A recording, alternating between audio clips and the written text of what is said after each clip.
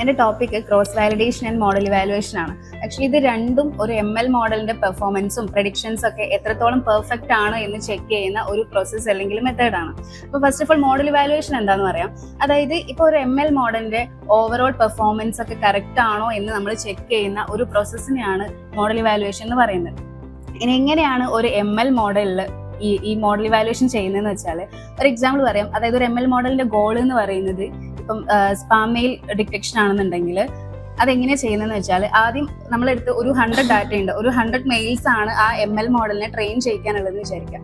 അപ്പം ആ 100 മോഡലിനെയും നമ്മൾ ഡയറക്റ്റ് ആയിട്ട് ട്രെയിൻ ചെയ്യിക്കാതെ അതിനെ ഒരു സിംഗിൾ സ്പ്ലിറ്റ് ആക്കും. അതായത് ഒരു 100 ഡാറ്റയാണ് ഹോൾ ഡാറ്റ ഉള്ളതെന്ന് വെച്ചാൽ അതിനൊരു 70% ട്രെയിനിങ് ഡാറ്റ ആയിട്ടും പിന്നെ ഒരു 30% ടെസ്റ്റിംഗ് ഡാറ്റ ആയിട്ടും സ്പ്ലിറ്റ് ചെയ്യും. എന്നിട്ട് ഇതാണ് ഫസ്റ്റ് സ്റ്റെപ്പ് എന്ന് പറയുന്നത്. സെക്കൻഡ് സ്റ്റെപ്പ് എന്ന് പറഞ്ഞാൽ ഈ 70% ഓഫ് ട്രെയിനിങ് ഡാറ്റ യൂസ് ചെയ്ത് ആ ML മോഡലിനെ ട്രെയിൻ ചെയ്യിക്കും. അത് മോഡൽ ചെയ്യിക്കുക അതായത് മോഡൽ ചെയ്യിക്കുമ്പോൾ ആ ഡാറ്റയുടെ അൽഗോരിതംസും പാറ്റേൺസ് ഒക്കെ യൂസ് ചെയ്ത് ആ ML മോഡൽ അത് ലേൺ ചെയ്യും. ദെൻ അത് കഴിഞ്ഞ് കഴിഞ്ഞാൽ ഈ ML മോഡൽ നന്നായിട്ട് പ്രെഡിക്റ്റ് ചെയ്യുന്നുണ്ടോ പെർഫോം ചെയ്യുന്നുണ്ടോ എന്നുള്ളത് നമുക്ക് ടെസ്റ്റ് ചെയ്യണം. അത് ടെസ്റ്റ് ചെയ്യാൻ വേണ്ടി ബാക്കിയുള്ള 30% ഓഫ് ഡാറ്റ അത് ഓൾറെഡി ട്രെയിൻ ചെയ്യിക്കാത്ത ഡാറ്റയാണ്. അപ്പോൾ സോ ആ ന്യൂ ഡാറ്റ യൂസ് ചെയ്ത് നമ്മൾ ഇതിനെ ടെസ്റ്റ് ചെയ്യും, മെഷീൻ ലേണിംഗ് മോഡലിനെ ടെസ്റ്റ് ചെയ്യും. സോ അങ്ങനെ ടെസ്റ്റ് ചെയ്ത് കഴിഞ്ഞാൽ അതിൻ്റെ കുറേ മെട്രിക്സ് നമുക്ക് മെഷർ ചെയ്യാൻ പറ്റും. അതായത് ആക്യുറസി, പെർസിഷൻ, റീകോൾ എന്നൊക്കെ പറയുന്ന അതിൻ്റെ മെട്രിക്സുകളെ നമുക്ക് മെഷർ ചെയ്യാൻ വേണ്ടി പറ്റും. സോ ഇത് മെഷർ ചെയ്ത് കഴിഞ്ഞാൽ ഇതൊക്കെ കറക്റ്റ് ആണെന്നുണ്ടെങ്കിലാണ് ആ ഒരു ML മോഡലിനെ നമ്മൾ ഡിപ്ലോയ് ചെയ്യുന്നത്. ഇതാണ് മെഷീൻ ലേണിംഗിൽ മോഡൽ ഇവാലുവേഷൻ ഇങ്ങനെയാണ് ചെയ്യുന്നത്. ഇനി ഇതിന്റെ മെയിൻ ഇമ്പോർട്ടൻസ് എന്ന് പറഞ്ഞാൽ ഇപ്പം മെഷീൻ ലേണിംഗ് മോഡലിലുള്ള അതിന്റെ പെർഫോമൻസ് ഒക്കെ എത്രത്തോളം പെർഫെക്റ്റ് ആണ് നമുക്ക് ഐഡന്റിഫൈ ചെയ്യാൻ പറ്റും. പിന്നെ അതേപോലെ ഇപ്പം സെയിം ഗോളിനുള്ള 2 മെഷീൻ ലേണിംഗ് മോഡൽസ് ഒക്കെ ഉണ്ടെങ്കിൽ അതിൽ ഏതാണ് ബെറ്റർ ആയിട്ടുള്ളതെന്ന് നമുക്ക് ചൂസ് ചെയ്യാൻ പറ്റും. പിന്നെ അതുപോലെ ഒരു അൺസീൻ ഡാറ്റ വന്നു കഴിഞ്ഞാൽ അതിൽ എങ്ങനെ അത് പ്രഡിക്ഷൻസ് ഒക്കെ എത്രത്തോളം വർക്ക് ആവുന്നുണ്ട് എന്നുള്ള കാര്യങ്ങളൊക്കെ ഇതിൽ ചെക്ക് ചെയ്യാൻ പറ്റും. ഇതാണ് മോഡൽ ഇവാലുവേഷന്റെ ഇമ്പോർട്ടൻസ് എന്ന് പറയുന്നത്. പിന്നെ ചാലഞ്ചസ് ഓഫ് മോഡൽ ഇവാലുവേഷൻ എന്ന് പറയുന്നത് നമുക്ക് ഇപ്പം ഓവർ ഫിറ്റിങ്ങും അണ്ടർ ഫിറ്റിംഗ് ഒക്കെ ഉണ്ടാവാനുള്ള ചാൻസസ് ഉണ്ട്. അതായത് ഓവർ ഫിറ്റിംഗ് എന്ന് പറഞ്ഞിട്ടുണ്ടെങ്കിൽ ഇതിൽ ട്രെയിനിങ് ഡാറ്റയിൽ അത് നന്നായിട്ട് പെർഫോം ചെയ്യുന്നുണ്ടായിരിക്കും, പക്ഷെ ഒരു അൺസീൻ ഡാറ്റ വരുമ്പോൾ അതിൽ ഫെയിൽ ആവുന്ന ഒരു കണ്ടീഷൻ, അതിനെയാണ് ഓവർ ഫിറ്റിംഗ് എന്ന് പറയുന്നത്.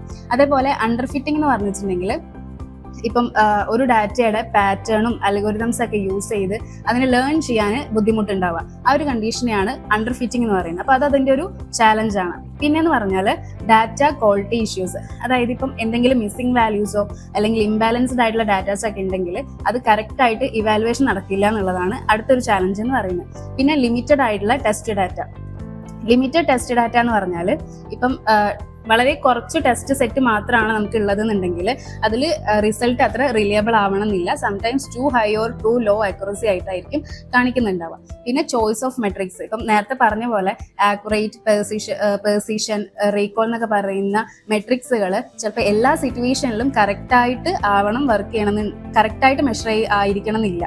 സോ ഇതൊക്കെയാണ് ഇതിൻ്റെ ഒരു ചാലഞ്ചസ് എന്ന് പറയുന്നത്. പിന്നെ ഈ ഒരു മോഡൽ ഇവാലുവേഷൻ്റെ തന്നെ ഒരു സബ് മൊഡ്യൂളാണ് അല്ലെങ്കിൽ സബ് പാർട്ടാണ് ക്രോസ് വാലിഡേഷൻ എന്ന് പറയുന്നത്. ക്രോസ് വാലിഡേഷൻ എന്ന് പറഞ്ഞാൽ മെയിൻലി ഒരു സ്പെസിഫിക് മെത്തേഡിനെയാണ് ഫോക്കസ് ചെയ്യുന്നത്. മോഡൽ ഇവാലുവേഷൻ എന്ന് പറയുന്നത് ടോട്ടൽ എല്ലാ പെർഫോമൻസും കൂടിയാണ് ചെക്ക് ചെയ്യുന്നുണ്ടാവുക.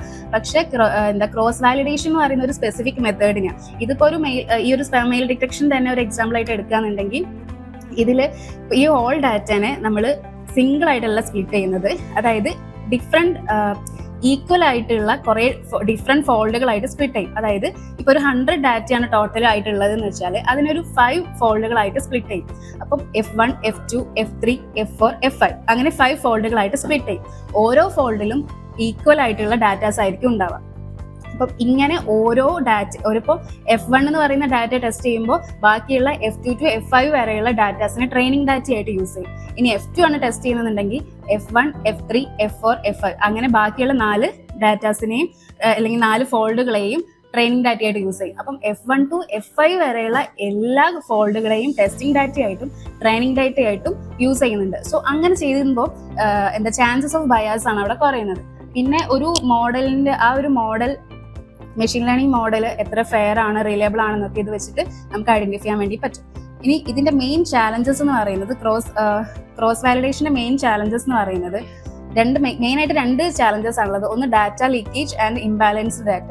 ഡാറ്റ ലീക്കേജ് എന്ന് പറഞ്ഞാൽ ഇപ്പം നമ്മൾ ട്രെയിനിങ് ഡാറ്റയായിട്ടും ടെസ്റ്റിംഗ് ഡാറ്റയായിട്ടും സ്പ്ലിറ്റ് ചെയ്യുന്ന സമയത്ത് ഏതെങ്കിലും സ്പ്ലിറ്റിംഗ് കറക്റ്റായിട്ട് നടന്നിട്ടില്ല എന്നുണ്ടെങ്കിൽ ഡാറ്റാസ് ലീക്ക് ആവാനുള്ള ചാൻസ് ഉണ്ട്. അങ്ങനെ ഡാറ്റാസ് ലീക്ക് ആയി കഴിഞ്ഞാൽ റിസൾട്ട് പ്രോപ്പർ ആവണമെന്നില്ല.